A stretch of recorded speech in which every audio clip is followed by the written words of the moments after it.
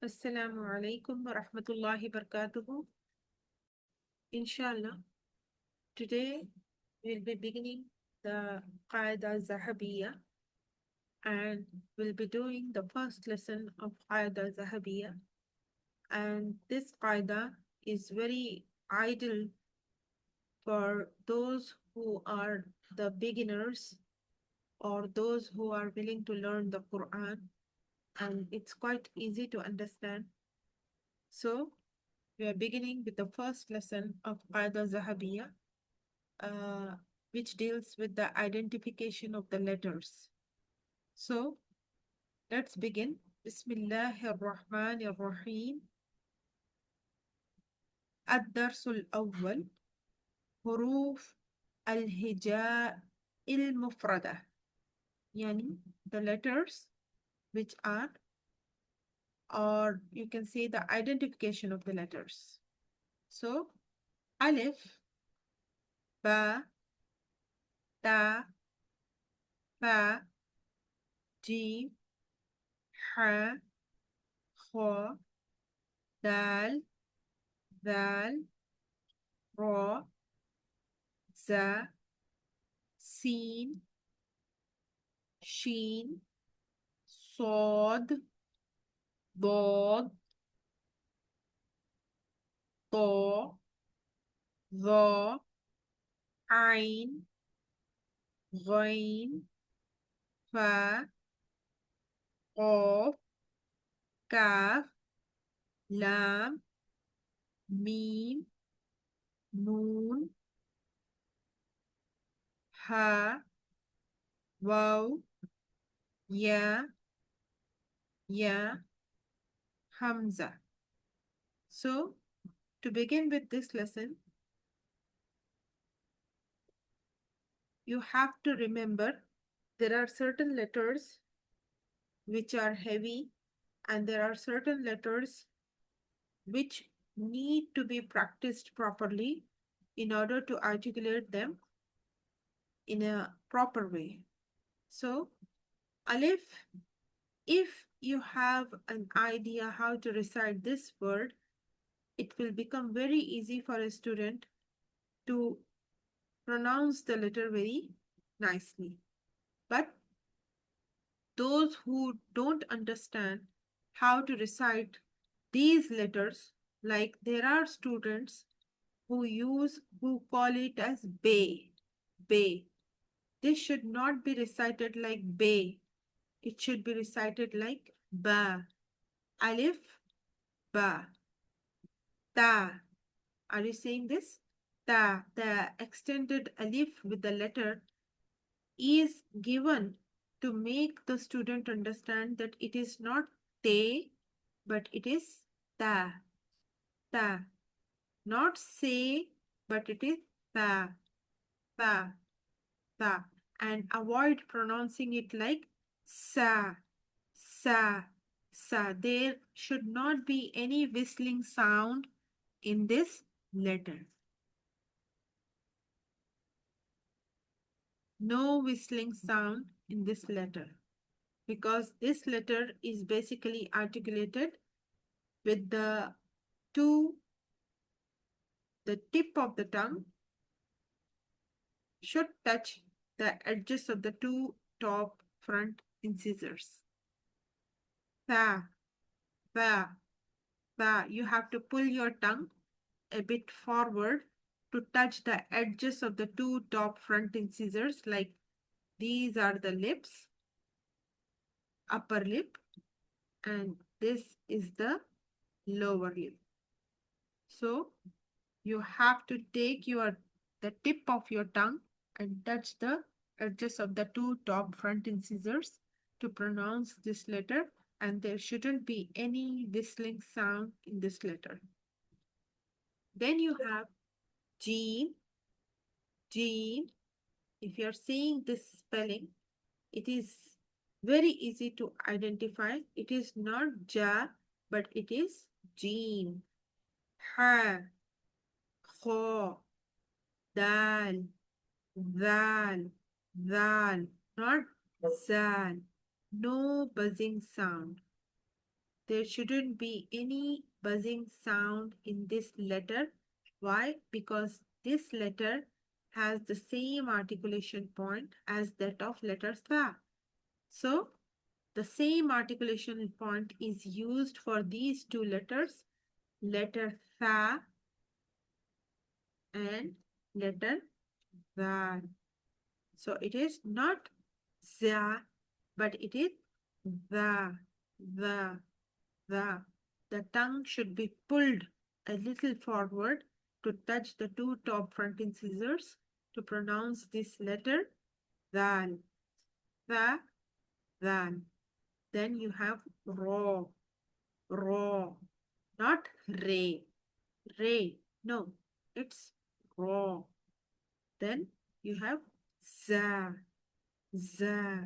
Are you focusing on the buzzing sound? Yes, there should be a buzzing sound in this letter.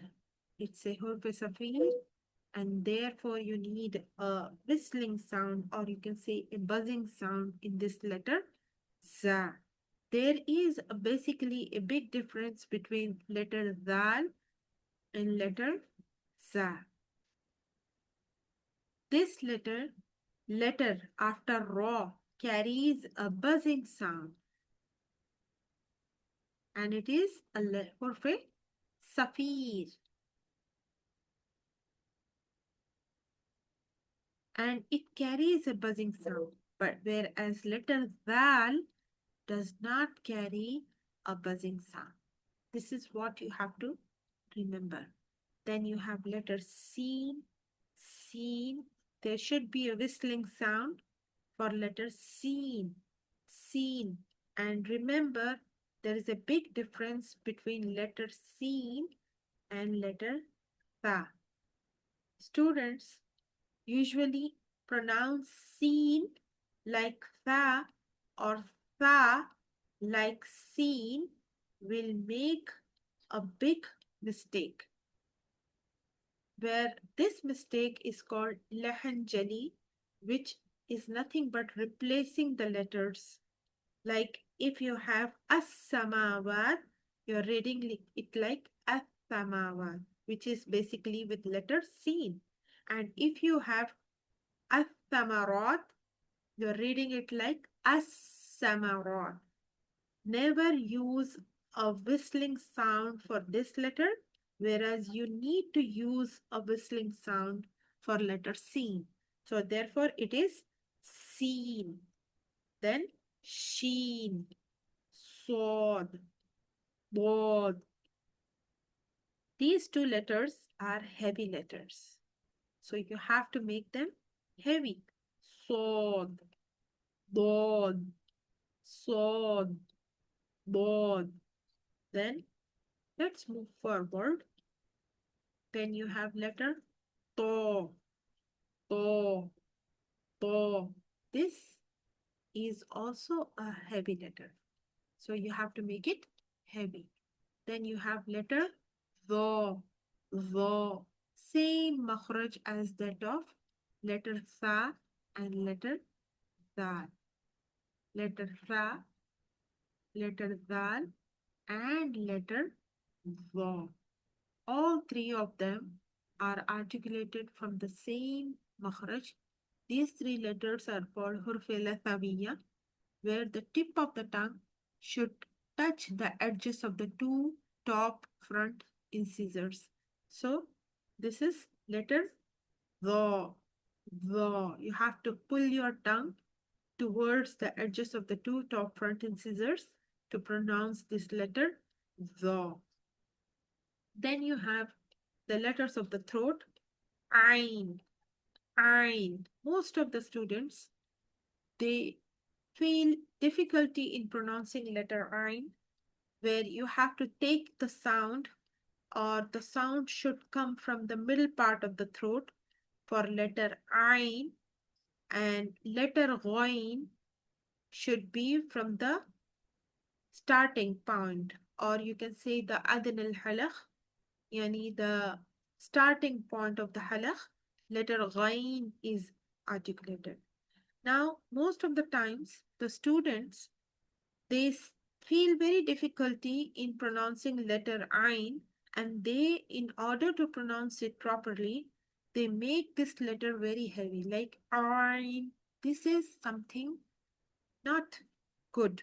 Yani this letter is a light letter, so you should avoid making it heavy. Ain, Ain. Try feeling the pressure at the middle part of your throat to pronounce the letter Ain. Then you have Ghain, Ghain. And we have seen students pronouncing letter Ain like Hamza. Like if I say a word called A'udhu, A'udhu, most of the students, they pronounce it like A'udhu, A'udhu. What are they doing? They are replacing letter Ain with Hamza. They are basically replacing letter Ain with Hamza, which can cause a big mistake. So you have to be very careful in pronouncing letter Ain and not replacing it with Hamza. And Ghain, of course, it's a heavy letter and it's very easy to pronounce. So let's move to the other letter. Letter Fa, Fa, Fa. Very easy to pronounce. Then you have Qaf, Qaf, not Khaf. No, this is a heavy letter. You have to make it heavy, like Qaf, Qaf. Then you have Kaf, Kaf, Lam, Mim, Noon, Ha, Ha, Ha. Very easy to pronounce. Wow. In this letter, you have to be very careful that a student reciting this letter should never forget to circle the lips. You have to circle your lips to pronounce this letter. Wow, wow, wow. Then you have Ya. This is another form of Ya. The shape is different, but the letter is same. Ya, Ya. You will later on go and check with the coming lessons where you can see this kind of Ya to represent Ya Saghira. Ya Saghira. So these two letters are the same letters, only the shape, yani the qat of the letter is different, but both of them are Ya, Ya. Then you have Hamza, Hamza, Hamza. This ends the first lesson of qaidah zahabiyyah.